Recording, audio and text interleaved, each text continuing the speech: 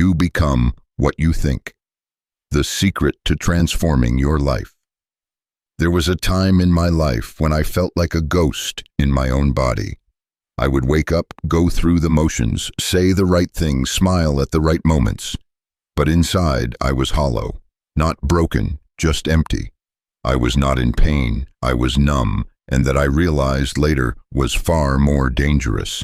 Pain means you still feel something. Numbness is the death of direction.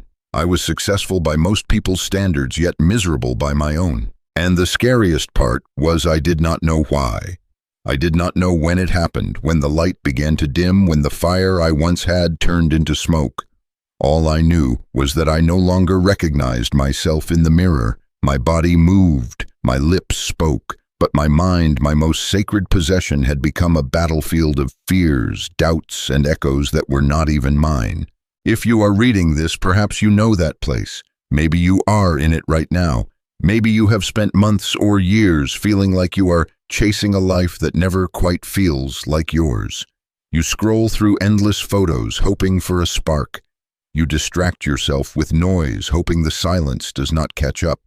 You pray for change, but wake up to the same thoughts that keep you chained. And maybe, like I once did, you believe it is because life is unfair, or people are cruel, or luck just missed your doorstep. But I am here to tell you something that will either disturb you or liberate you forever. The life you are living right now is the exact reflection of the thoughts you have been thinking. Not your intentions, not your wishes, not what you hoped for. Your life is the mirror of your dominant thoughts.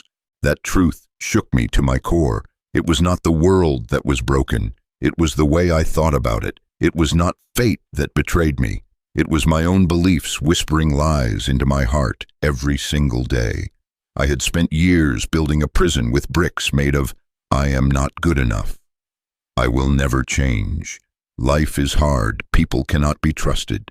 I did not choose those thoughts consciously. I inherited some, absorbed others, and repeated the rest until they became the background music of my existence. And so I began to study not the world, but my own mind. I stopped blaming circumstances and started questioning my own inner dialogue. I began to ask, what if my thoughts are not facts? What if they are just habits? What if I could change them? What followed was not an overnight transformation. It was a slow, uncomfortable, and often terrifying process of mental detox. Like a gardener who returns to a neglected field, I had to dig deep and pull out the weeds of self-doubt, fear, and guilt. I had to challenge every belief that kept me small. I had to learn how to think on purpose, not just feel by default. And the more I changed my thoughts, the more my reality began to shift. Opportunities showed up. People responded differently. My health improved. My energy came back. But most importantly, I began to love myself, not because I achieved more, but because I remembered who I truly was. This book is not about tricks.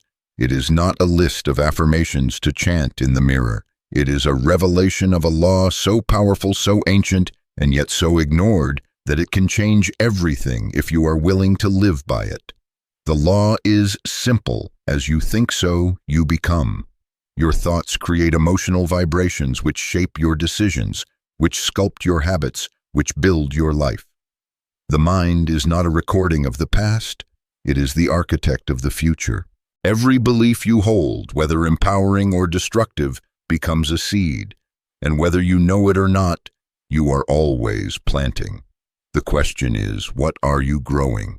The core philosophy of this book is this: you do not need to force your life to change. You need to change the one thing that creates it: your thought patterns. Your beliefs are not permanent. Your inner dialogue is not your destiny. Every single thought you hold is either building your future or burying it. And once you awaken to this truth, you can never go back. You will begin to see how every struggle has a thought behind it. Every success has a belief behind it.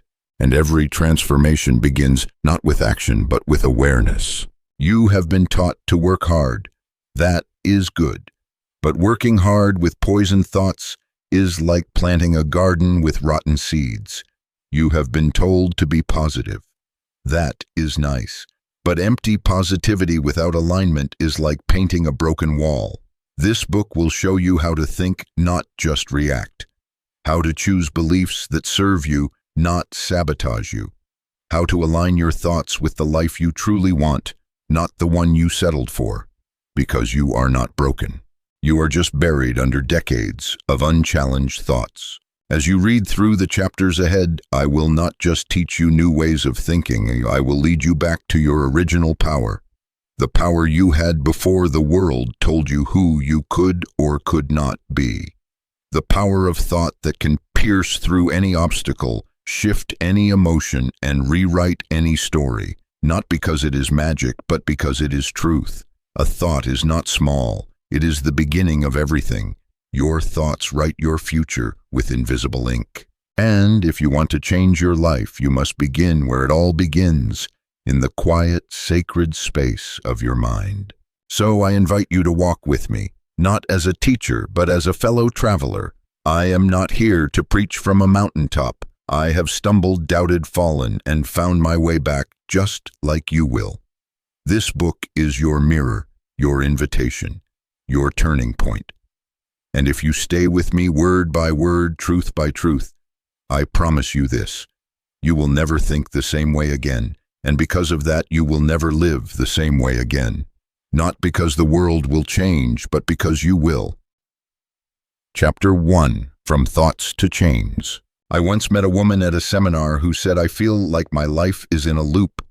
No matter what I try, I end up back at square one. She was in her mid-30s, intelligent, kind, and full of dreams. But there was something in her eyes that told the deeper story, a quiet resignation, a weariness that did not come from effort, but from hopelessness. I asked her to write down without thinking the first 5 thoughts she had about herself. She hesitated, then scribbled, I am tired, I always mess up. Nothing ever works. I am not good enough. I do not deserve more. As she read them aloud, her voice cracked. The room fell silent. And in that stillness she began to cry, not because of the words themselves, but because of how familiar they felt. Those thoughts were not new. They were old companions, and they had become her truth. Many of us live this way, chained not by circumstances, but by thoughts we have never questioned. We think we are stuck because of the economy or because of our childhood or because of what someone did to us. But the truth is far more subtle and far more powerful. We are stuck because we think in ways that keep us stuck. We rehearse the same fears. We replay the same stories. We build mental prisons and then forget that we are the ones holding the keys. It is not the event that traps us. It is the belief we attach to it. A heartbreak is painful, but believing you will never be loved again, that is the real prison. Losing a job is stressful, but thinking you are worthless without it, that is the real sentence. The mind builds walls, but it can also tear them down. Why do people get stuck in these patterns? Why, even after reading books and attending workshops, do so many return to the same habits, the same emotions, the same life? It is because the mind does not change through information alone. It changes through repetition, emotion, and identity. Most people do not realize that their dominant thoughts have become their identity. When someone says, that is just how I am, what they are really saying is, that is how I have been thinking for so long I can no longer see any other way. Identity is the deepest level of belief. And once a belief fuses with identity, it becomes invisible. We stop questioning it. We defend it. We live by it, even if it hurts us. That is why transformation is not just about changing thoughts. It is about choosing a new identity. But here is the hope. Just as a thought can become a chain, it can also become a key. Every belief you have about yourself was learned, and what is learned can be unlearned. You were not born thinking, I am not enough. You were not born believing that success is for others. You were not born afraid to speak up or dream big or stand tall. Somewhere along the way, those thoughts took root. But if thoughts can be planted, they can also be replaced. You can think a new thought, You can train your mind to believe what serves you. And when you do, your world will begin to reflect that change. Imagine your mind as a garden. If you never tend to it, weeds grow, not because you asked for them, but because you allowed them. Neglected thoughts grow wild, but the moment you decide to become the gardener of your own mind, everything shifts. You pull the weeds, you plant seeds of courage, gratitude, confidence. You water them with discipline, protect them with focus, and soon the landscape of your inner world begins to change. And when your inner world changes, your outer world cannot stay the same. I remember the first time I challenged one of my old beliefs. It felt like betrayal. I had believed for years that I was not creative. That belief had shaped my career choices, my relationships, even the way I dressed. But one day someone looked me in the eye and said, "Who told you that? And why did you believe them?" I did not have an answer.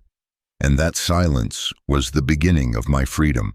I started experimenting, writing, drawing, speaking. At first it felt unnatural, but then, like a muscle long unused, it began to awaken. I realized that I had not lacked creativity. I had just lacked permission. I had been waiting for someone to give it to me, never realizing that the only permission I needed was my own. This is how transformation begins, not with fire, but with friction. The friction between who you are and who you could be, between the thought that limits you and the one that liberates you. Every time you think a new thought, you weaken the grip of the old one. Every time you choose belief over fear, you rewrite a line in the script of your life. You do not need to change everything overnight. You just need to interrupt the pattern. One new thought, one new belief, one new decision. That is how mountains move. So let me ask you, what is the one belief about yourself that you have never questioned? The one you say so often you do not even hear it anymore. Find it, write it down, stare it in the face, and then ask, is this thought helping me become who I want to be? If the answer is no, it is time to let it go. Not because it is easy, but because your life is worth more than a lie you have repeated too long. If you have listened this far, chances are you are like me, no longer willing to live a life that just drifts by. Take a moment to reflect on the last 3 decisions you have made. Did they move you forward or hold you back? Answer this question in the comments below. No one else can answer it for you. And your future begins the moment you decide to act, even if it is just a small step. If you found this video helpful and meaningful, please consider sharing it. You never know. It might just change someone's life who really needs it. And remember to subscribe to the channel to receive the latest notifications. Chapter 2. The Silent Architect Within. There is something dangerous about silence, especially the silence within. It is not the quiet of peace, but the hush of resignation. The kind of silence that creeps in after years of believing you do not have a voice, or that no one is listening, or that your words do not matter. I have sat across from men who built empires and still felt unworthy. I have spoken with women who carried entire families and still whispered, "I am not enough." And I have looked into the mirror and seen that same uncertainty in my own eyes. We learn to hide it well. We wear the right masks. We say the right lines. But beneath it all is a thought that refuses to die. Maybe who I am is not enough. Where does that voice come from? It is not the voice of truth. It is the echo of programming. From the earliest moments of life, we absorb the thoughts of others. We watch our parents struggle and we inherit their fears. We go to school and we are ranked, measured, compared. We experience failure, and instead of seeing it as growth, we interpret it as evidence that we are flawed. Bit by bit, belief by belief, a blueprint is drawn not on paper, but inside us. A blueprint that dictates what we expect from life, what we tolerate, and what we dare to dream. Most people never realize they are living by someone else's script. They do not stop to ask who wrote this. And do I still agree? The silent architect of your life is thought. Not just conscious thought, but the deep, quiet, automatic thoughts that live beneath awareness. These are the beliefs that shape your relationships, your income, your health, your self-worth. They are the lens through which you interpret every event. Two people can go through the same experience and come out with completely different stories, not because the facts were different, but because the thoughts were. One person loses a job and thinks, "I am a failure." Another thinks, "This is my chance to grow." One thought leads to shame and paralysis. The other leads to action and reinvention. The circumstance is neutral. The meaning is created by thought. But here is where the miracle begins. Once you become aware that your thoughts are not facts, you begin to reclaim your power. Awareness is the first crack in the illusion. When you catch a thought and say, "That is not me, that is just a pattern," something shifts. You stop being the thought and start being the thinker. That moment of separation is everything. It is the difference between drowning in the river and standing on the bank watching the current pass by. Most people are swept away by their thoughts, but you can learn to observe them, challenge them, choose them. I remember the day I realized I had been living by a single thought for over a decade. I must always prove my worth. It sounded noble. It made me work harder, achieve more, please everyone. But underneath it was fear. Fear that if I stopped performing, I would stop mattering. That belief cost me peace. It cost me joy. And when I finally questioned it, when I asked, "Who told me I had to earn love?" everything began to unravel. I saw how that one thought had infected every corner of my life. And I decided in that moment to build a new one. My worth is not performance. My worth is presence. It did not change my life overnight, but it changed the direction. And when you change direction, the destination changes too. Thoughts are not just words in your head. They are the blueprint of reality. You think and then you feel. You feel and then you act. You act and then you become. It always begins in the mind. Every breakthrough begins with a new thought. Every transformation begins with an idea you are brave enough to believe. Do not wait for your circumstances to shift before you think differently. Think differently, and your circumstances will shift. Think about a thermostat. It does not react to the room. It sets the temperature. Most people live like thermometers, reacting to the emotional weather of the world. But those who lead their lives intentionally become thermostats. They set the tone. They regulate the energy. They decide the temperature of the room they walk into. And it all starts with thought. Not just positive thinking, but aligned thinking, honest thinking, powerful, grounded, intentional thinking. Let me ask you something. What kind of thoughts dominate your mornings? When you wake up, what is the first thing your mind says? Is it dread or gratitude, fear or anticipation? Those first few moments of the day are not random. They are the compass that guides your entire day. If you begin with worry, you program your mind to seek out problems. If you begin with intention, you train your brain to look for solutions. Every morning you cast the vote for the kind of person you are becoming. And those votes add up. They become character. They become identity. They become destiny. Do not underestimate the power of one thought. One thought is enough to make you pick up the phone and apologize. One thought is enough to help you walk away from a toxic relationship. One thought is enough to say yes to a dream you have buried for years. And yes, one thought is enough to stop you, paralyze you, destroy you, if you believe it without question. That is why this book exists, to help you take back the steering wheel of your mind. You do not need to control every thought. That is impossible. But you can direct your focus. You can decide which thoughts get your energy and which ones get dismissed. The mind is a garden, but you are the gatekeeper. And every day you have a choice to let in weeds or to cultivate growth. Your thoughts are not harmless. They are sacred. They are the raw material of your future. Be careful what you think, because it will become what you believe. Be careful what you believe, because it will shape what you feel.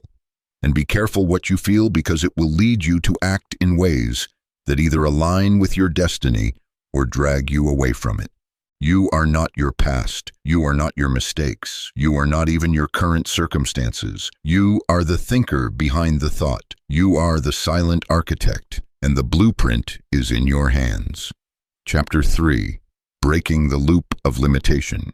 There comes a point in every person's life when the pain of staying the same becomes greater than the fear of change.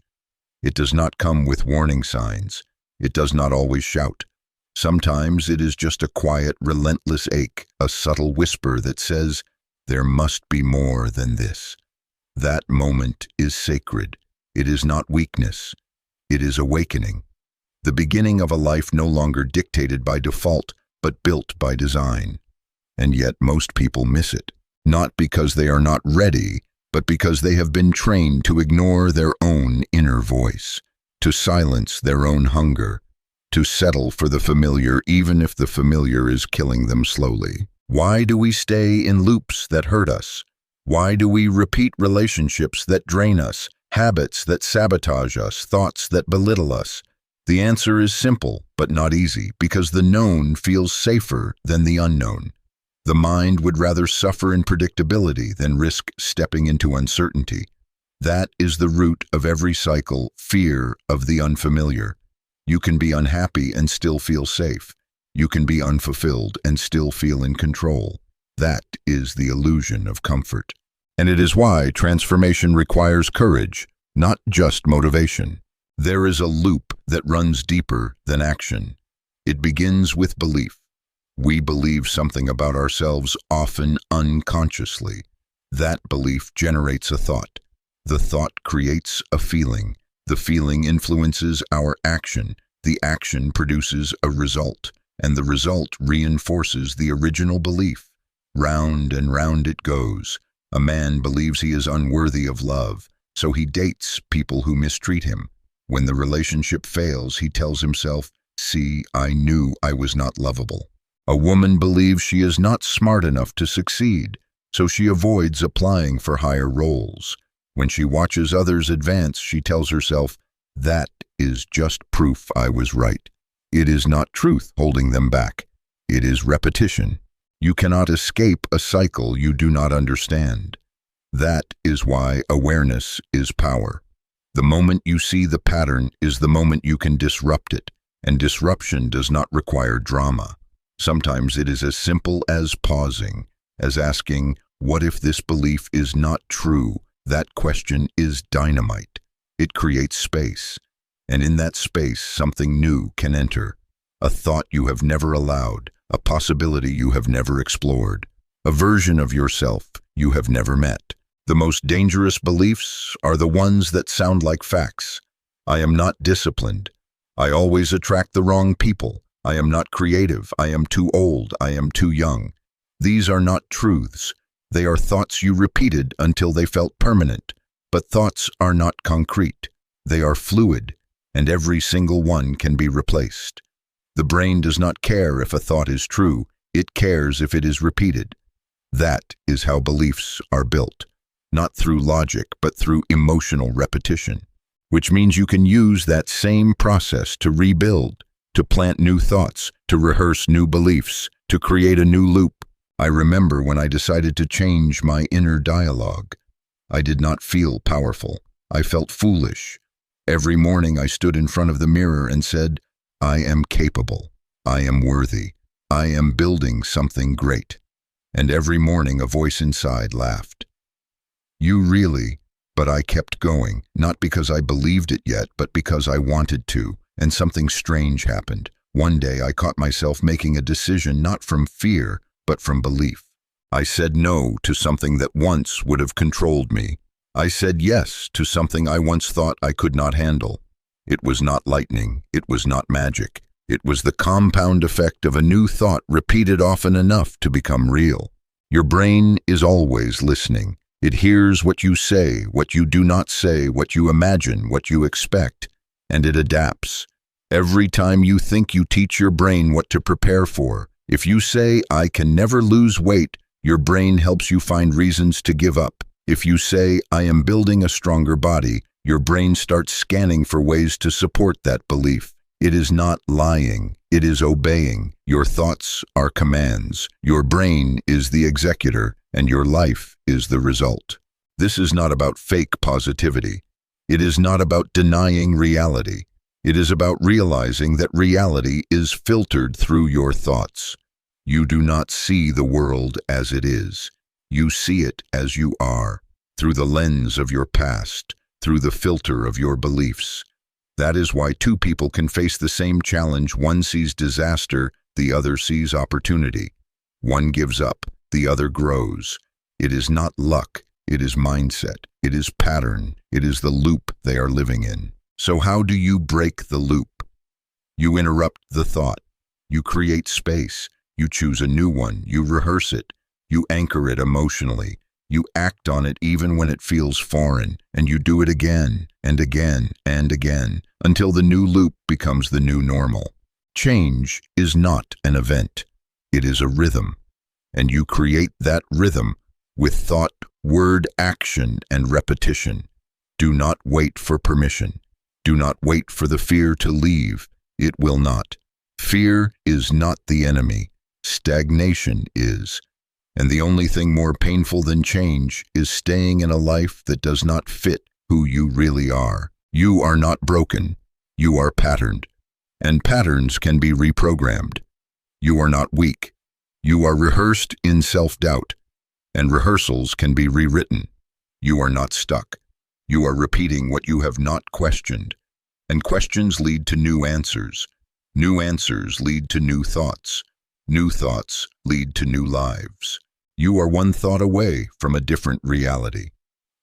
Chapter 4. The Invisible Script. It is an odd thing to live a life that does not feel like your own. To wake up each day and feel as if you are following someone else's instructions, working in a job that drains you, maintaining relationships that wound more than they heal, repeating routines that numb rather than nourish. But still you do it. You smile, you show up, you pretend. Not because you are a liar, but because somewhere long ago you agreed to a script. A silent, invisible script written by culture, by parents, by fear, by failure. And without realizing it, you learned your lines, rehearsed your role, and made yourself smaller than your soul could bear.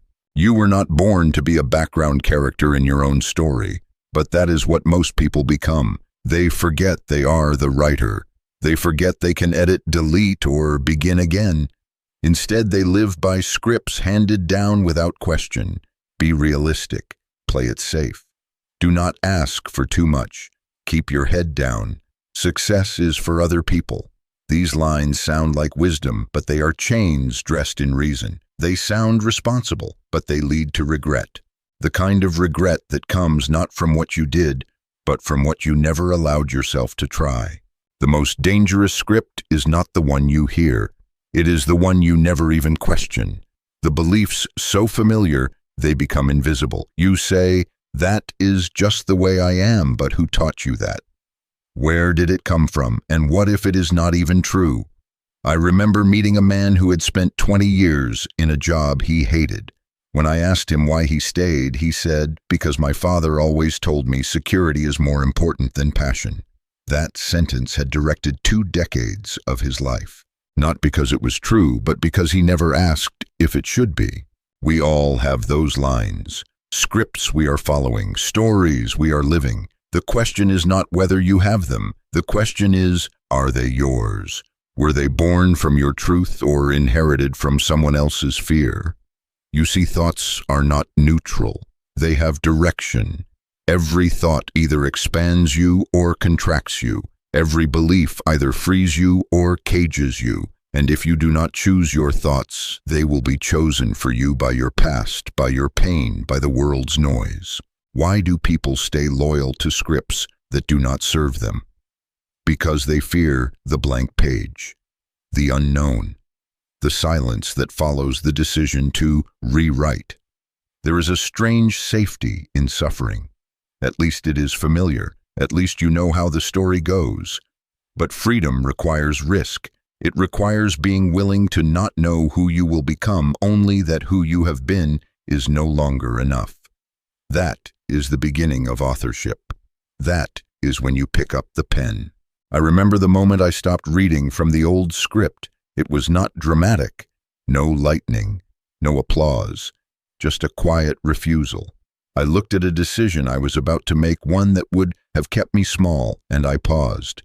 I heard the voice, "Play it safe. Do not make a scene. Keep everyone happy." And for the first time I said no. Not this time. I did not have a new line ready. I just knew I could not speak the old one anymore. That moment changed everything.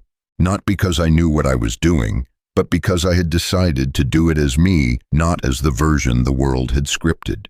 The mind is not your enemy. It is a tool, but like any tool, it must be trained. You would not let a child drive a car, yet most people let an untrained mind steer their lives. A mind filled with old voices, outdated fears, and unconscious patterns. If you want a different life, you must lead your mind, not follow it. You must teach it to question, to choose, to align with who you are becoming, not who you have been. You are not obligated to be who you were 5 minutes ago. Every moment is a page. Every thought is a sentence. Every decision is a line in the story you are writing. And the beautiful, terrifying truth is this: no one else can write it for you. People will try. They will project their fears onto your page. They will suggest edits. They will criticize your chapters. But it is not their book.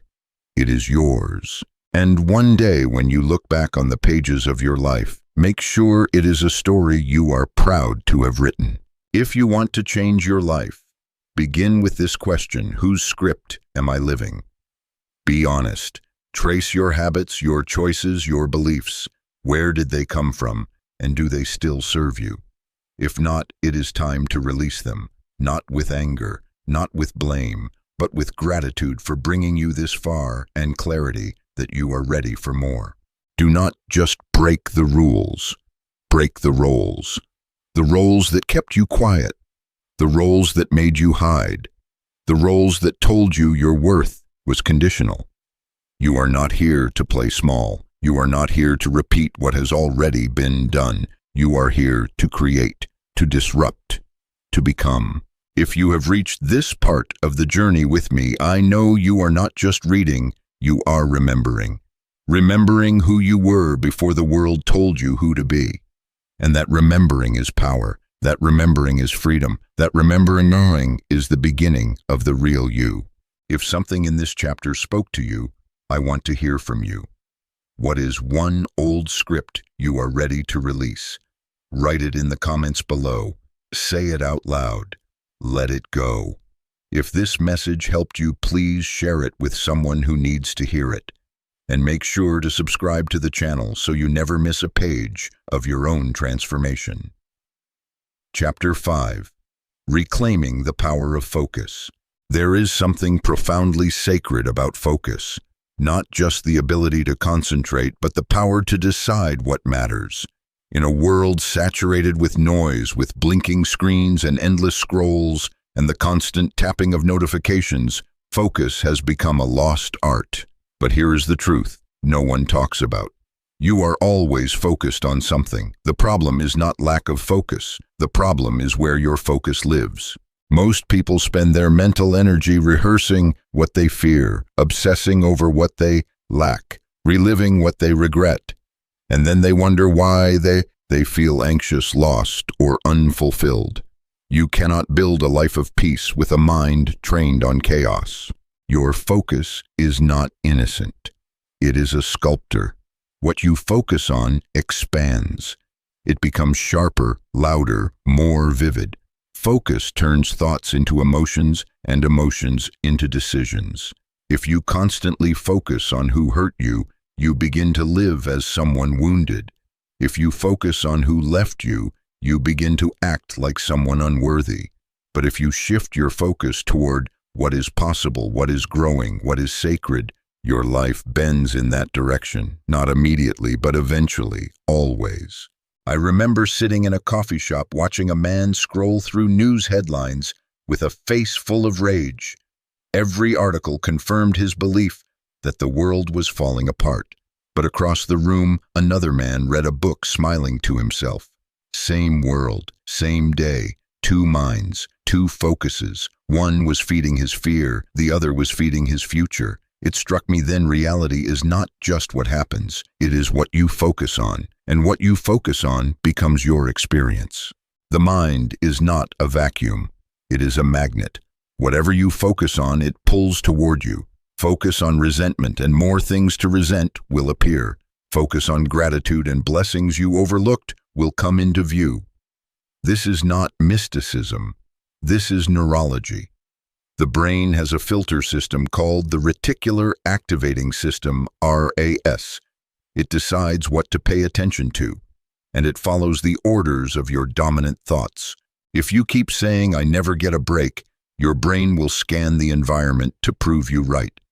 But if you start saying opportunities are everywhere, your brain will begin to show you doors you never saw before. You were not blind. You were focused elsewhere. Why do we focus on what hurts?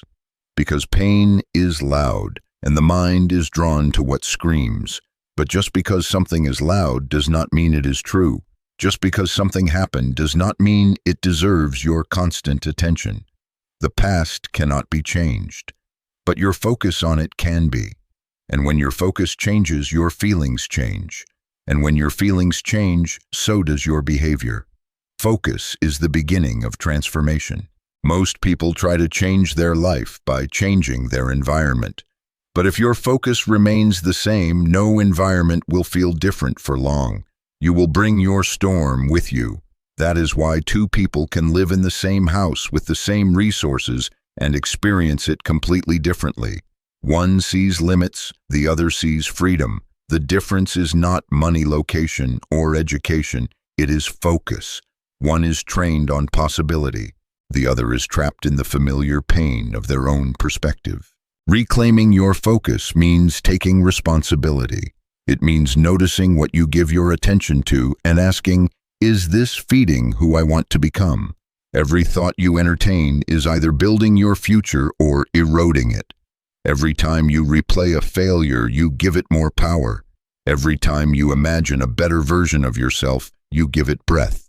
Focus is choice, and choice is freedom. I am not saying you will never be distracted. We are human. The mind wanders, but you can train it to return. Like a compass snapping back to true north, your mind can be directed. Every morning I write down one question: what do I want to create today? That question shifts my focus from reaction to intention. Instead of waiting to see what the day brings, I set the tone.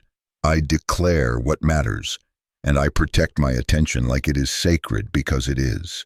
Think about the last time you were deeply focused on something meaningful. Time slowed, energy increased, doubt disappeared. That is not coincidence. That is alignment. When your focus is clear, your energy is clean. When your focus is fractured, your energy leaks. Most people are tired not because they do too much, but because their focus is scattered. They try to hold everything at once, and in doing so, hold nothing with power. Clarity is not a luxury, it is a lifeline. If your life feels chaotic, ask yourself, what am I focusing on? Not just consciously, but emotionally. What is the soundtrack running in the background of your mind? You may be smiling on the outside, but if your inner focus is fear, comparison, or self-judgment, your life will reflect that. You cannot think one way and live another for long. Sooner or later, your life becomes the mirror of your focus. Reclaim your focus by deciding what deserves your attention. Not everything does. You are allowed to ignore things that do not serve your soul. You are allowed to unplug from drama. You are allowed to turn your attention inward and ask, what do I need right now? That is not selfish. That is sacred maintenance. You are the guardian of your focus, and where it goes, your life follows. If something in this chapter opened your eyes, I want you to take one action today. Identify one thought you keep focusing on that no longer serves you and replace it. Write it down. Say it out loud. And every time it returns, gently return to the new one. Train your focus like a muscle, because your future depends on what your mind rehearses. Chapter 6. The emotional weight of thoughts. Some burdens cannot be seen, yet they bend the spine of the soul. These are not physical weights, but emotional ones carried not in the hands, but in the mind. Thoughts can become heavy, so heavy in fact, that a single idea repeated often enough can shape your posture, your tone, your destiny. I have seen people walk into rooms looking physically whole but mentally crushed, not by what happened to them, but by what they kept telling themselves afterward. It is not the wound that lingers. It is the story wrapped around it, and that story is made of thoughts. No one teaches us how to process emotion. We are taught how to suppress it, deny it, hide it. We are told to be strong, to move on, to get over it, so the pain goes underground. And in that silence, it becomes thought. We stop saying, "That hurt me," and we start thinking something must be wrong with me. We stop saying, "I lost something," and we start thinking, "I am not worthy of having it." Over time, the emotions turn into identities. The sadness becomes, "I am broken." The fear becomes, "I am weak." The guilt becomes, "I do not deserve peace." And once a thought fuses with identity, it no longer feels like a choice. It feels like who you are. But it is not who you are. It is a weight, and it can be lifted. The emotional weight of a thought does not come from its truth. It comes from its familiarity. You believe it because you have heard it 1,000 times, especially from yourself. The mind repeats what it assumes is important, and the more emotional the thought, the more attention it gets. That is why painful thoughts are so sticky. They feel urgent. They demand to be heard. And if you are not aware, you mistake that urgency for truth. Let me give you an example. I once coached a woman who carried deep shame from a decision she made 10 years ago. Every day she replayed it. Not the event itself, but the thought, "I ruined everything." That one sentence had followed her into every relationship, every opportunity, every dream. She turned down promotions, avoided friendships, even stopped writing poetry, the thing she loved most, because she thought she had forfeited the right to joy. But when we broke it down, something became clear. The event was over. What was ruining her life was not the past. It was the thought she chose to carry from it. Thoughts have weight because we assign them meaning. And most people do not carry thoughts. They carry conclusions. "He left me" becomes "I am unlovable." "I failed" becomes "I am a failure." "They rejected me" becomes "I should not try again." But here is the turning point. You can separate the event from the meaning. You can say, "This happened," without adding, "so that must mean I am worthless." That gap, that pause, is where healing begins. That is where you stop reacting and start choosing. Some thoughts need to be mourned, not just changed, but grieved. Because they have lived inside you for so long, they feel like home. Even if they hurt, releasing them is not just mental, it is emotional. You might cry, you might feel lost. That is okay. That is not weakness, that is release. You are not losing a part of yourself. You are shedding what was never truly yours. Do not be surprised if people resist your change. When you stop carrying emotional weight, others might feel threatened, especially if they are still carrying theirs. Some will say, "You have changed," as if that is an insult. Wear it as a badge. You were not born to carry generational pain, recycled shame, or inherited limits. You were born to be free. And freedom begins when you choose a new thought. Try this. When you feel low, heavy, defeated, do not run. Do not distract yourself. Ask your mind, "What thought am I believing right now?" Write it down. Speak it out loud. Expose it to light. Then ask, "Is this thought helping me become who I want to be?" If the answer is no, you do not have to believe it. Let it go, not by force, but by replacement. The only way to change emotional patterns is to change the emotional meaning of your thoughts. That does not mean pretending everything is good. It means giving yourself permission to think in a way that brings healing, not harm. You can say, I made a mistake without becoming the mistake. You can say, I feel afraid without being ruled by fear. Thoughts are not destiny. They are options. Your emotions are not your enemy. They are messengers, but they speak the language of thought. Change the language and the message changes. Change the message and the emotion shifts. Change the emotion and the action becomes new. Change the action and the future takes a different shape. You do not have to carry every thought that enters your mind. Some thoughts are heavy because they are not yours. They were planted by wounded people, painful moments, cultural lies. You are allowed to set them down. You are allowed to say, I no longer believe that. You are allowed to outgrow the weight. If you felt something shift in you during this chapter, take a moment to reflect. What thought have you been carrying that no longer serves your soul? Write it down in the comments. Set it down here. And if this helped you in any way, I ask you to share it with someone else. Let us be the generation that chooses freedom, and remember to subscribe to the channel because we are just getting started. Chapter 7. The Decision to Believe. There comes a moment quiet, powerful, and irreversible when you no longer ask the world for permission to believe in yourself. It does not always arrive with thunder or applause. Often it comes like a whisper in the middle of the night. You sit with yourself, tired of doubting, tired of shrinking, tired of watching life pass through your fingers while waiting for someone else to finally tell you that you are worthy. And something in you breaks not in despair, but in defiance. You whisper back, I choose to believe. Belief is not about logic. It is not about evidence. It is a decision. And like all decisions, it begins in the mind, but changes everything beyond it. Your life does not move in the direction of truth. It moves in the direction of belief. That is why people with no credentials build empires, while others with talent stay silent. That is why some rise from nothing, while others drown in abundance. It is not about what you have. It is about what you believe you deserve. Because what you believe is what you will reach for, and what you refuse to reach for, you will never receive. We have been taught to believe in things we can touch. We believe in gravity because we feel its pull. We believe in the wind because we see its effects. But belief in self, that is harder, because it is not always visible. It is quiet. It is internal. It does not show up on tests or in metrics.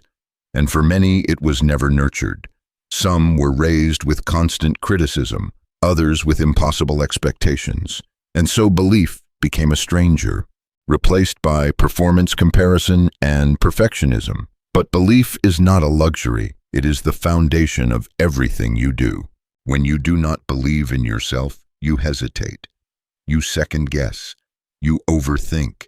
And hesitation is the thief of opportunity.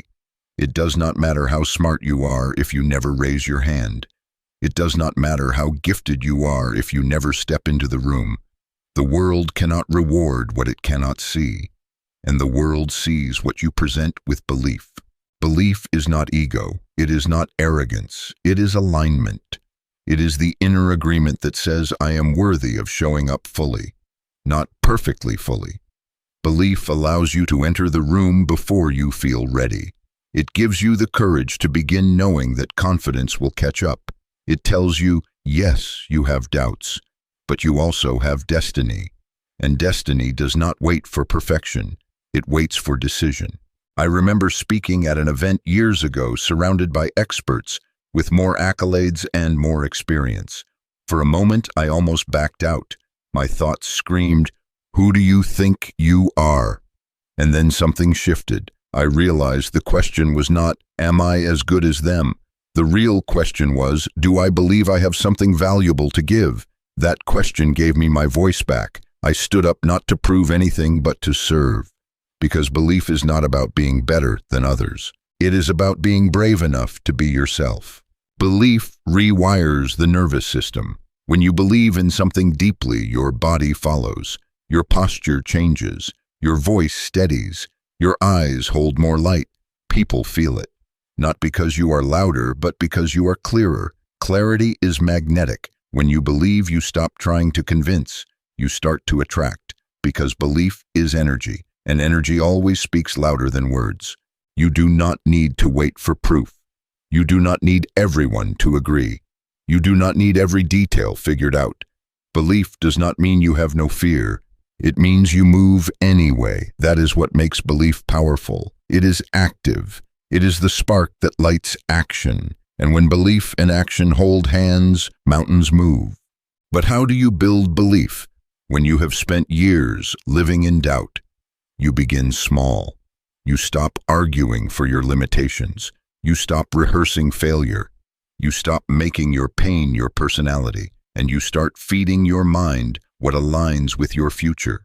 You read what inspires. You speak what strengthens. You spend time with those who remind you who you are, not who you were. Belief grows through repetition, just like doubt. Every time you speak a new truth, I am ready, I am capable, I am healing, you lay a brick in the foundation of your future.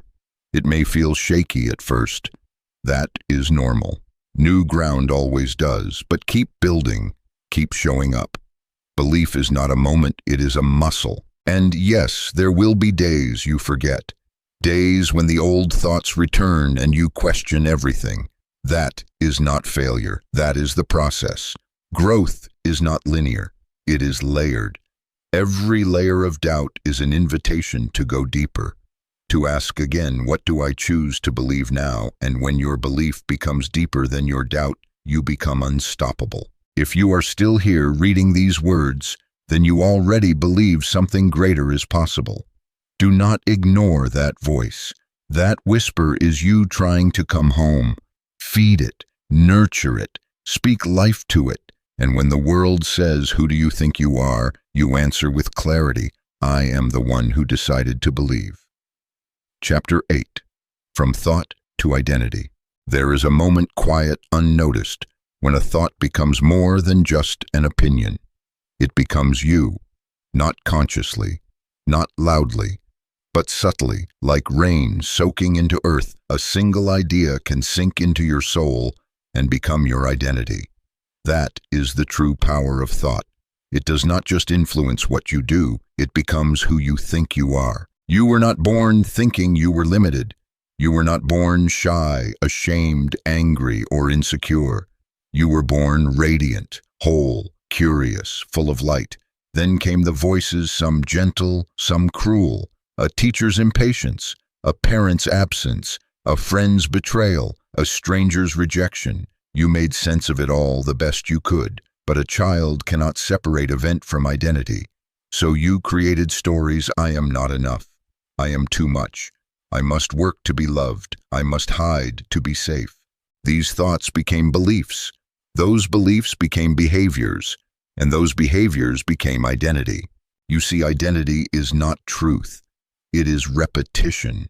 It is a thought you have worn like clothing so often, for so long you forgot it was not your skin.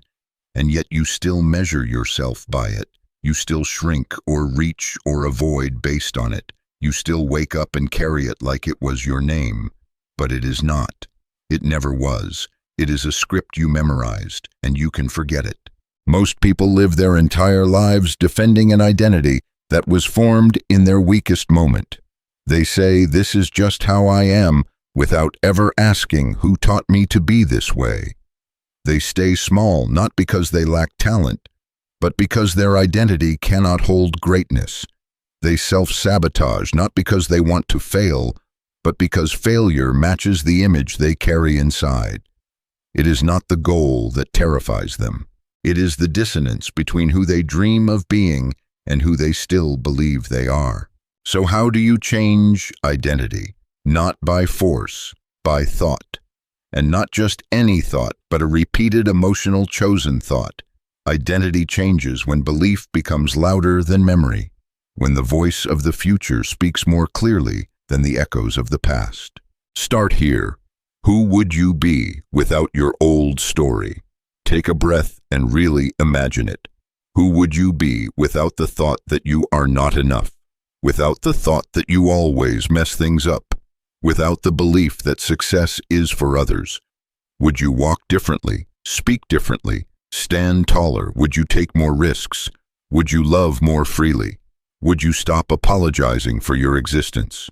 That version of you is not fiction. It is your truest self, buried, not broken, forgotten, not lost. And every thought you choose in alignment with that self makes the memory stronger. Thoughts like, I am not my past. I am not other people's fears. I am not who I was. I am who I decide to be now. These are not affirmations. They are reclamations. You are taking back what was always yours, your right to define yourself. You do not need permission to be someone new. You do not need consensus. You need courage. The courage to disappoint the old you. The courage to let people be confused while you evolve. The courage to outgrow the rooms you once begged to belong in. Identity is not fixed. It is fluid, but change requires friction. When a snake sheds its skin, it does not look elegant. It looks awkward, vulnerable, exposed. So will you. But the freedom on the other side is worth it. Let me be clear. This is not about pretending. It is not about fake confidence or empty words. This is about alignment.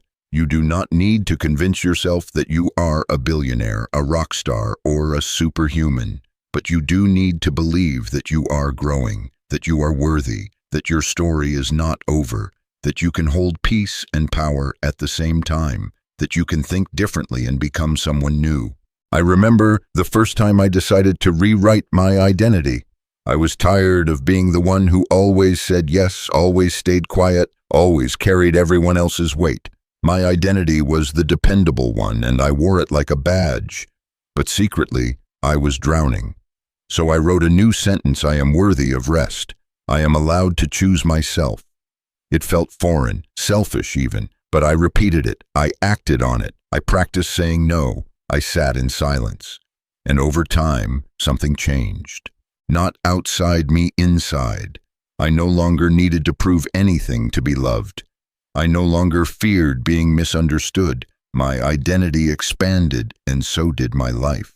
You are not here to fulfill anyone else's idea of who you should be. You are here to become the truest version of you.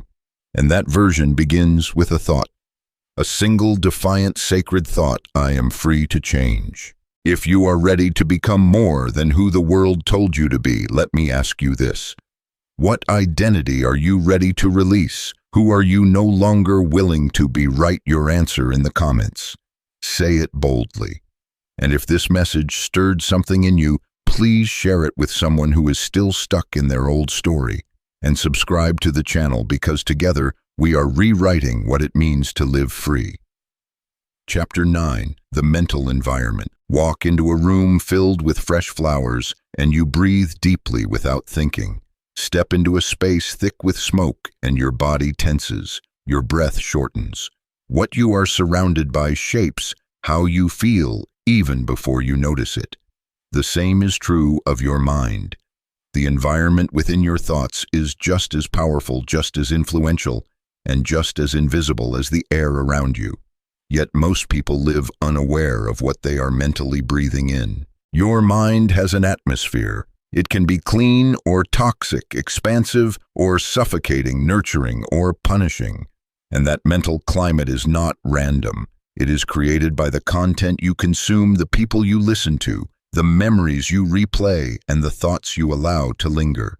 Most people try to grow without first checking the soil. But no seed flourishes in poisoned ground. The same is true for your dreams. They cannot thrive in a mind filled with fear, bitterness, or self-sabotage. Before you build a new life, you must clear the mental air. You are not just a thinker. You are a builder. And what you build in your inner world will eventually show up in your outer one. A cluttered mind leads to a cluttered life. Not because of fate, but because your attention is scattered. A fearful mind creates timid action.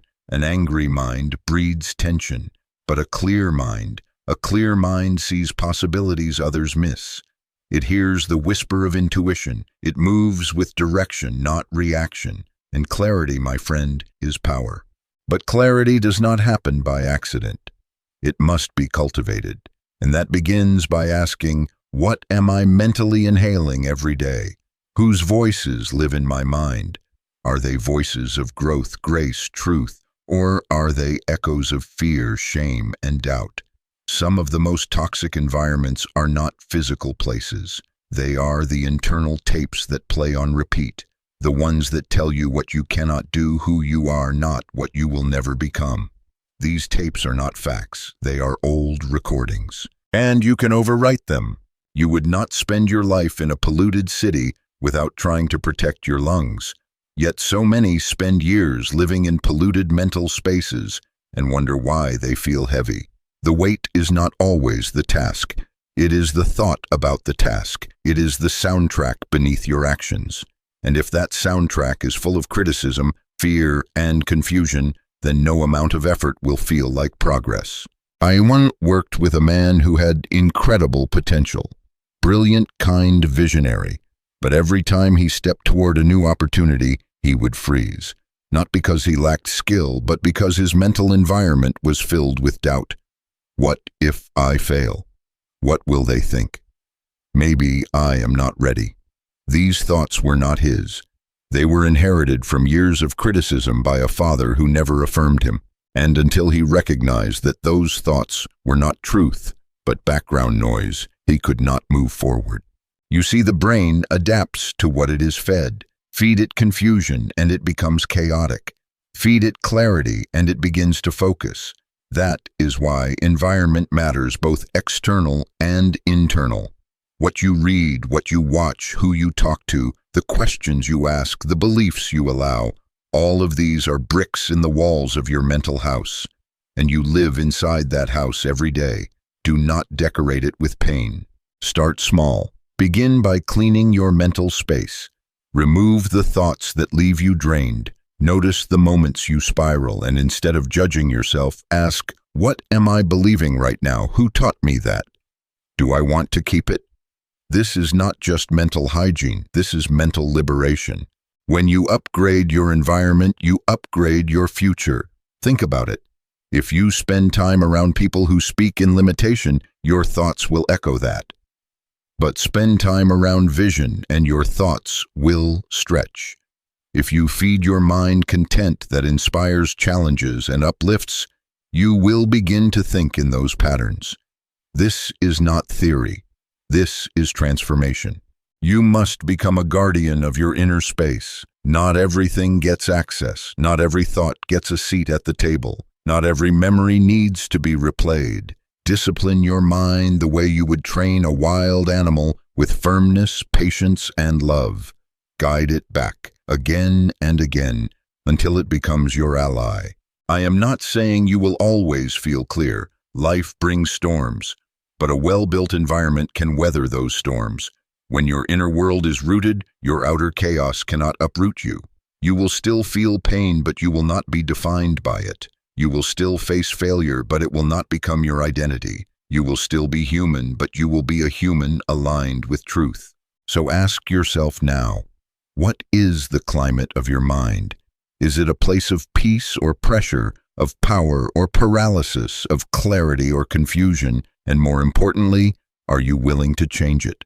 If you are ready to take ownership of your inner environment, I invite you to share one toxic thought you are ready to evict. Write it in the comments. Let the world witness your shift.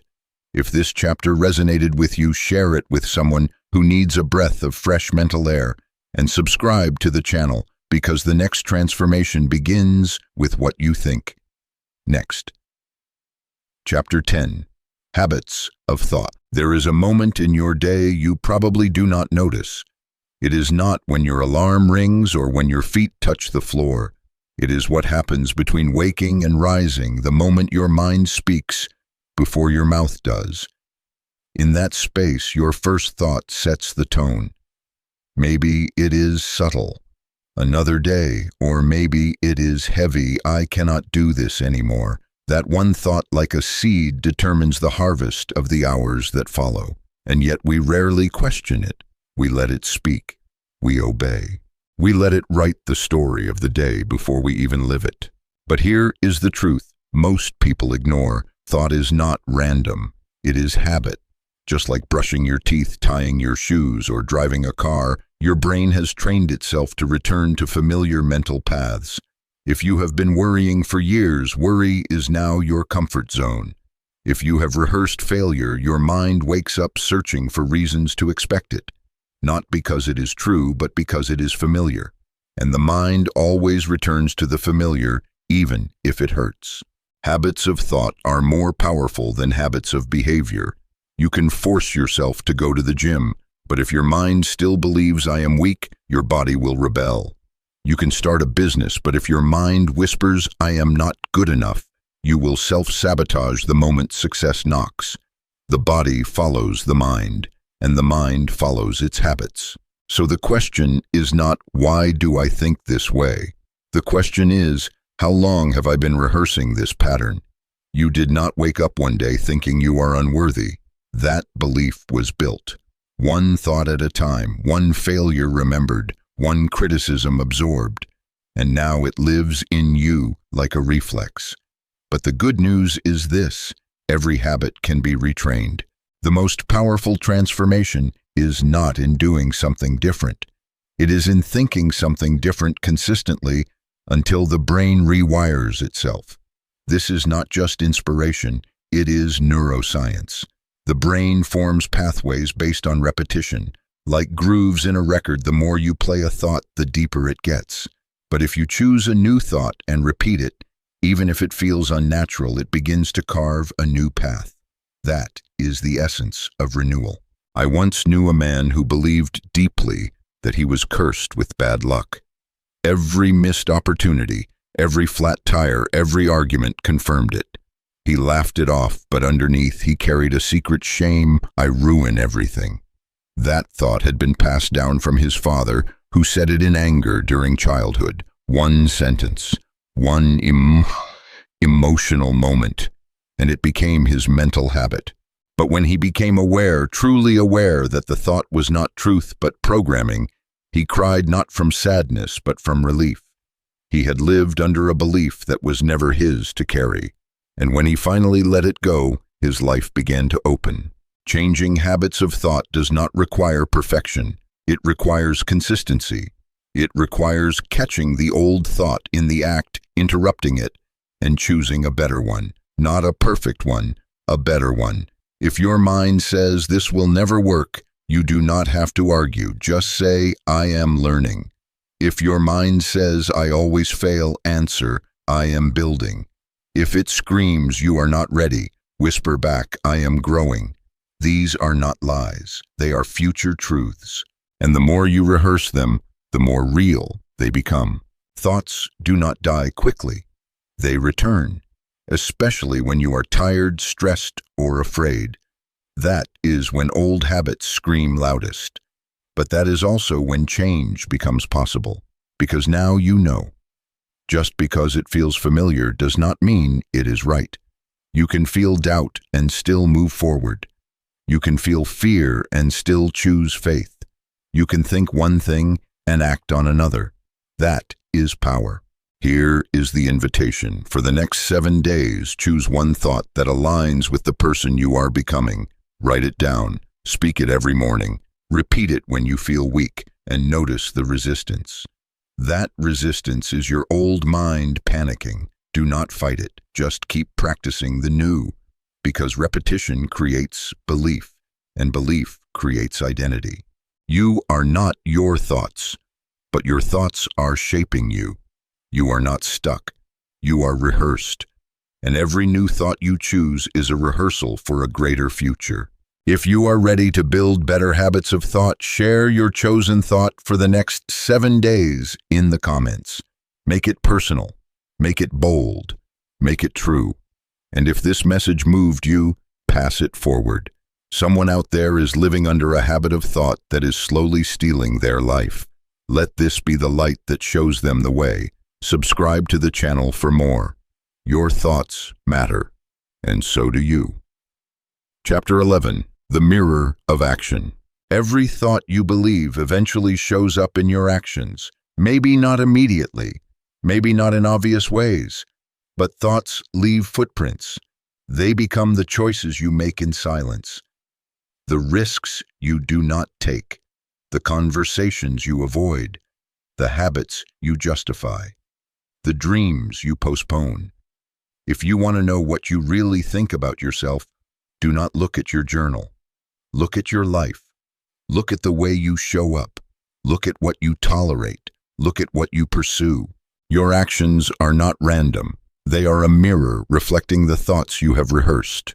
This is not a message of shame. It is a revelation of power, because once you realize your life is the reflection of your thoughts, not your intelligence, not your potential, not your circumstances, you reclaim the ability to transform it.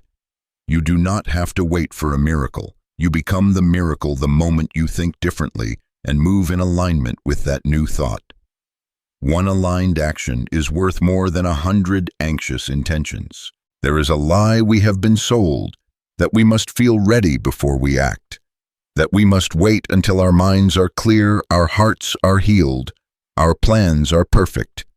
But that day rarely comes. Clarity grows in motion, confidence grows in motion, healing grows in motion. Waiting for perfect thoughts before you move is like waiting for still water before you step into the river. Life is fluid. You must move while the current flows. You must act while fear still whispers. You must walk even while doubt lingers behind you. I remember a season in my life when I waited too long. I had a dream, a vision, a calling that would not leave me alone, but I kept thinking, who am I to do this? What if I fail? What if people laugh? I read books, I prayed, I waited for a sign, and all the while life was passing. One day I realized something painful. I was not stuck because of fear. I was stuck because I believed my fear was more real than my future. That thought was keeping me passive. That thought had become a belief, and that belief had paralyzed me. So I did something radical. I acted, not on confidence, not on certainty, on obedience to the new thought I wanted to believe. I booked the room, I made the call, I spoke the words, and the moment I moved, something shifted. Not just in my life, but in my mind. Because the moment you act on a better thought, you weaken the old one. Action is not just the fruit of belief, it is the proof. It is the ceremony where a thought becomes flesh. You prove to your nervous system, this is who I am now. That is why most people never transform. They think new thoughts, but they keep old actions. And every time you act in a way that contradicts the new belief, you strengthen the old one. You say, I am worthy, but you continue chasing people who devalue you. You say, I believe in my dream, but you spend your best energy on distractions. You say, I am enough, but you overcompensate, overperform, and over-apologize. Your actions speak louder, and your subconscious listens.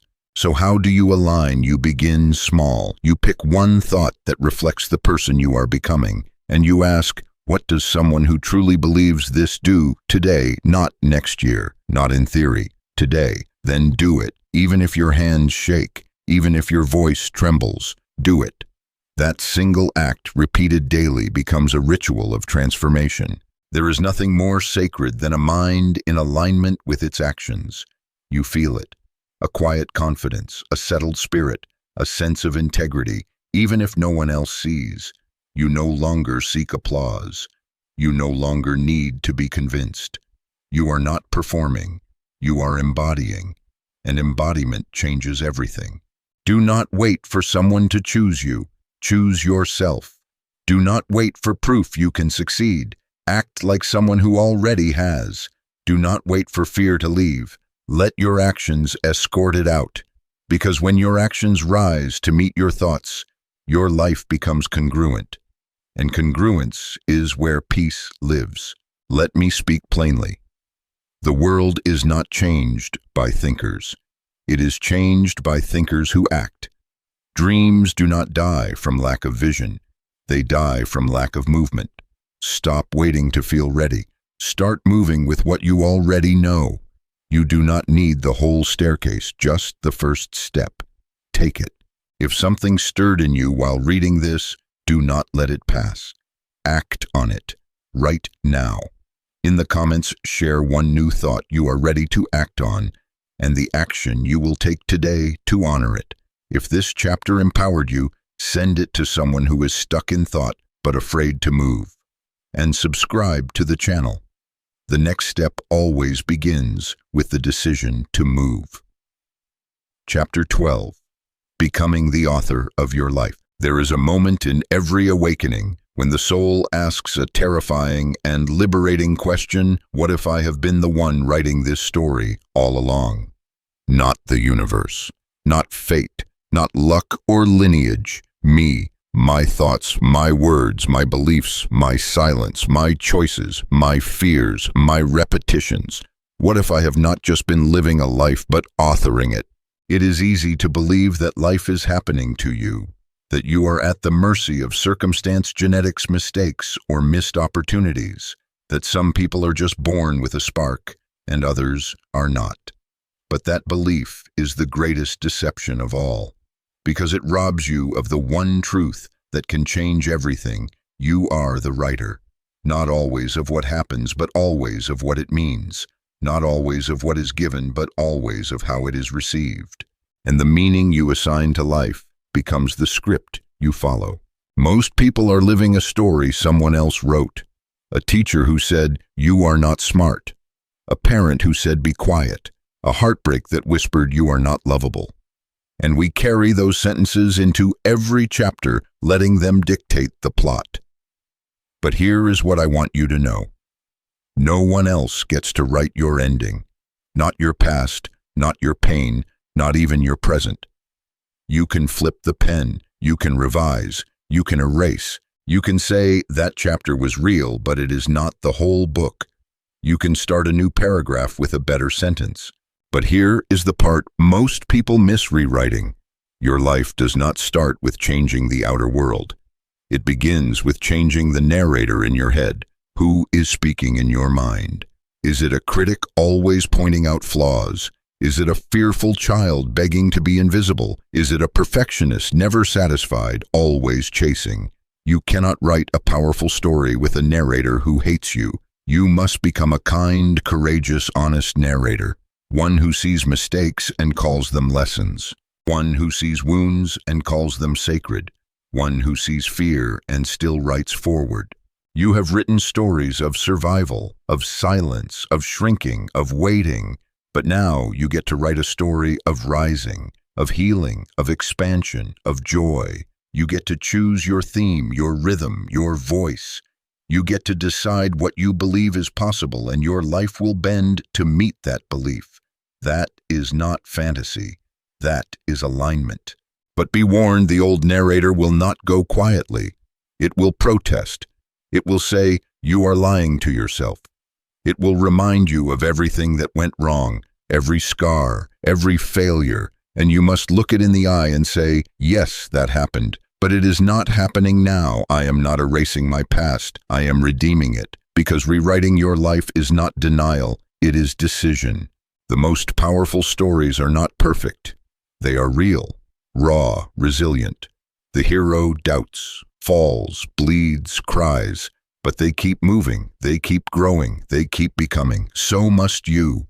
Becoming the author of your life does not mean controlling every outcome. It means owning every page. It means saying, "This is my story, and I will not let fear, shame, or anyone else hold the pen."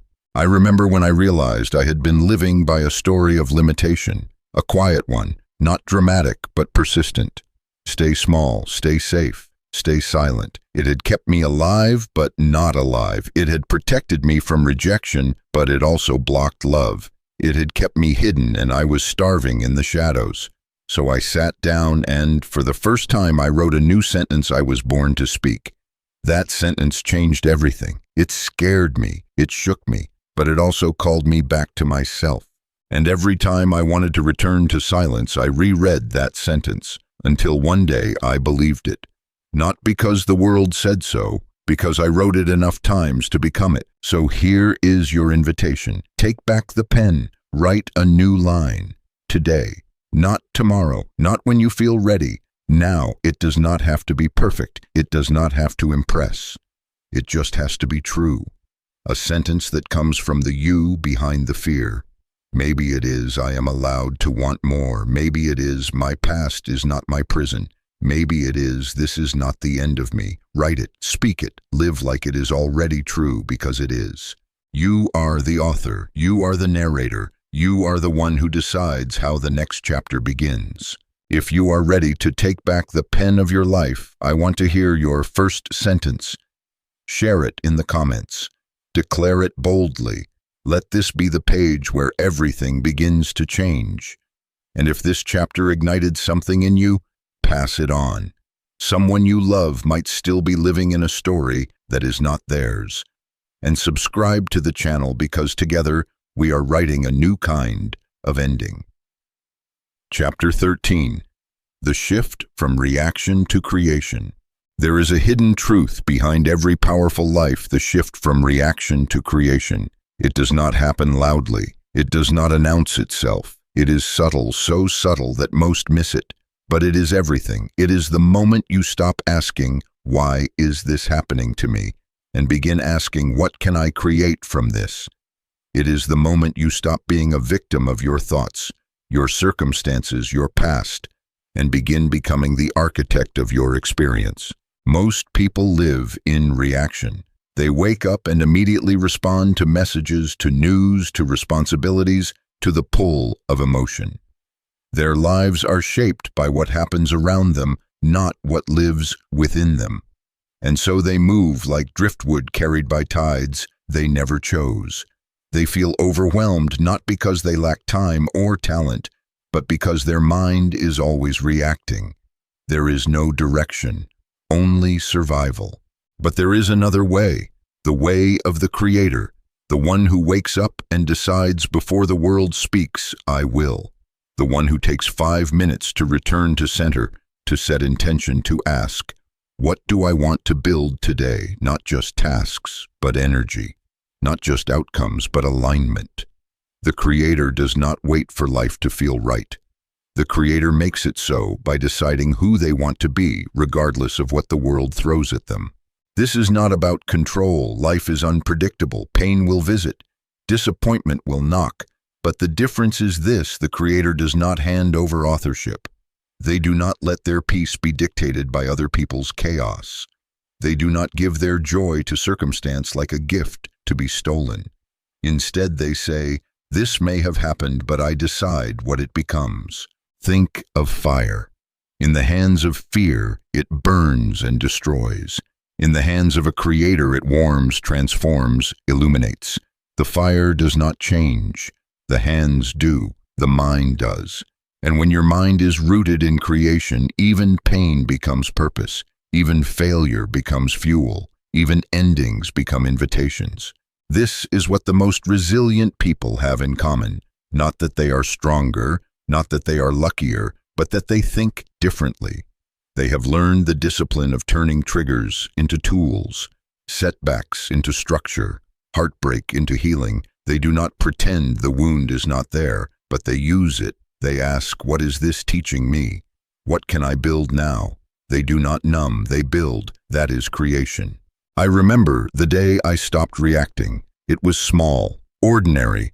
I was triggered deeply by a message that echoed an old insecurity. My old mind rose fast, ready to spiral. But instead of reacting, I paused. I put my hand on my heart and whispered, what would the Creator in me do right now? And something shifted. I did not need to defend. I did not need to explain. I did not need to shrink. I needed to breathe, reflect, and choose. That small pause saved me, not from the world, but from the version of me that was trained to suffer. You have that power, the power to respond instead of react, to create instead of collapse, to pause and choose not perfectly but intentionally. Every time you do, you become stronger, more grounded, more awake. You start to realize you are not at the mercy of thought. You are the one thinking, and that awareness is freedom. To live as a creator means becoming proactive about your energy, about your environment, about your vision.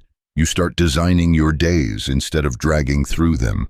You start choosing what you consume instead of numbing on autopilot. You start asking better questions, not what do I have to do, but what can I give? Not what went wrong, but what can I learn? Not who hurt me, but what can I heal? This does not make you invincible. It makes you powerful. It does not mean you will not feel pain. It means pain will no longer be your master. It means your identity is no longer rooted in reaction. It is rooted in creation. And the beauty of this path is that you do not need permission to begin. You do not need a new job, a perfect plan, or a healed heart.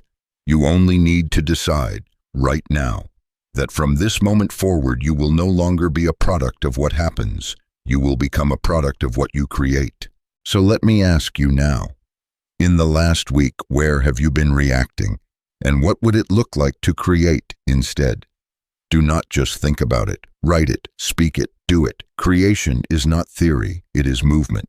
If you are ready to live as the creator of your life, share in the comments below one area where you are choosing to stop reacting and start creating. Let this be your declaration. If this chapter sparked something in you, send it to someone still living in reaction and subscribe to the channel. We are not just changing minds, we are building lives. The mindset reset. Stop. Breathe. Be still, not for escape, but for confrontation. You have come far. You have listened, reflected, perhaps even wept. But now it is time to reset. Not by forgetting what you have learned, but by choosing to integrate it. There is a difference between reading about transformation and stepping into it, between understanding the power of thought and living as its master. This chapter is not a lesson. It is a reckoning, a line in the sand between who you were and who you now choose to become. Ask yourself right now, who have I been allowing to think for me? Who has been speaking through my mind without permission? What voices echo when I am tired, discouraged, alone? Are they mine or inherited ghosts? Are they truths or fears dressed in logic? The greatest deception is not external. It is the unexamined thought that quietly commands your life. If you do not take authority over your mind, it will continue recycling the past and calling it personality. Your mindset is not just the sum of your thoughts. It is the standard you accept. And standards are not set by the world, they are accepted by you. What have you tolerated from yourself, from others, from life?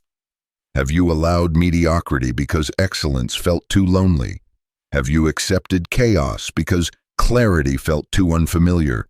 Have you settled for numbness because feeling fully would mean confronting what you buried? This is the moment where you stop running, not because you are out of energy, but because you have found your ground. Look at your life, all of it. The parts you are proud of, the parts you hide, the patterns that return, the people you attract, the limits you obey. Do not look away. This is your canvas, and nothing changes until you decide that your peace, your purpose, your voice, your truth are non-negotiable. You have been taught to adapt, to adjust, to survive. But survival is not the goal anymore. Embodiment is. Ownership is. Creation is. You are not here to beg for approval or explain your boundaries or convince people you are enough. You are here to be so deeply aligned with truth that no opinion can override your knowing. And that begins with mindset. Not the one you inherited, the one you build, the one you practice, the one you guard. Every morning you wake up with a choice, to think like the old you or the real you, to feed the fear or fuel the faith, to speak from wounds or rise from wisdom. And it is not a one-time decision. It is daily, hourly, sometimes moment by moment. But every time you choose consciously, you build muscle, mental muscle, emotional clarity, energetic integrity, and over time, those tiny choices become unshakable presence. This is your reset, your invitation to reestablish what you will no longer carry, what you will no longer chase, what you will no longer pretend to be okay with. Set your standard and let everything else adjust or fall away. You will lose people. You will lose comfort. You may even lose parts of yourself. But what you gain is priceless peace that is not performative, confidence that does not rely on compliments, vision that does not flinch in the face of resistance. So here now, answer these questions, not later, not someday, now. What will I no longer think about myself? What belief will I replace it with? What new standard will I enforce, not just in words, but in action? Write it, declare it, frame it. Let your mind memorize it until it becomes the new instinct. You are not behind. You are not too late. You are exactly where the shift can begin. And this is not the end. This is your mental rebirth, the final call. You have walked through the fire of reflection. You have seen yourself not the version you perform, but the one that hides beneath patterns, pain, and programming. You have touched the truth that your life is not determined by what has happened to you, but by what you think about it, believe about it, speak about it, and act upon every single day. You have been reminded of your power, the quiet, unstoppable kind that does not need permission, applause, or perfection. And now you stand at the edge, not of an ending, but of a beginning so profound, so personal, only your soul can comprehend its weight. The world will not stop for your transformation. It will not clear a path. It will not kneel at your decision to become. No, it will challenge you. It will pull at the threads of your old thoughts, tempt you to return to the safe and small test your new beliefs with familiar chaos. But hear me, this is not cruelty. This is confirmation. Resistance is the proof that you have changed. If it were easy, you would not need strength. But you are strong. And now you know where strength begins, in the mind. There will be days when the old thoughts return. That is not failure. That is gravity. But you are not the same. You have tasted freedom. You have held new thoughts in your hands like fire. You have spoken words that burned away the lies. You have acted on truths that once felt too bold to believe. That cannot be undone. Even when you feel weak, you are further than you have ever been. You are no longer someone trying to change. You are someone who has decided. There is something sacred about that. Decision, real decision, not a wish, not a hope, a vow, an internal uprising that says no more apologizing for being different, no more shrinking to be safe, no more overthinking yourself into paralysis, no more rehearsing pain like a hymn, no more speaking failure into the future, no more mistaking comfort for peace, no more mistaking fear for truth. From now on, you will guard your thoughts like gold. You will speak about yourself as if your words are prophecy, because they are. You will align your actions with your deepest convictions, not your oldest wounds. You will enter rooms without needing to prove, impress, or perform because you have nothing to prove. You will write new sentences in your mind every morning and live as if the ink were sacred, because it is, because you are. This is not motivation. This is your new operating system.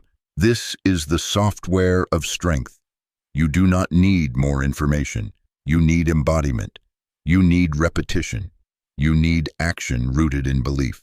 Every day, especially on the days when you feel nothing is changing, because that is when the old you dies quietly and the new you is being born beneath the surface in silence, in strength. You become what you think. That is not a quote. That is a law, a truth, a doorway. And now you have the keys. What you plant in the garden of your mind will grow. Speak to your thoughts like a mentor. Lead them like a warrior. Soften them like a healer. Direct them like a creator. And above all, protect them like a parent who knows the cost of careless words. Your life from this moment forward is not something you find. It is something you forge. Every step, every choice, every sentence.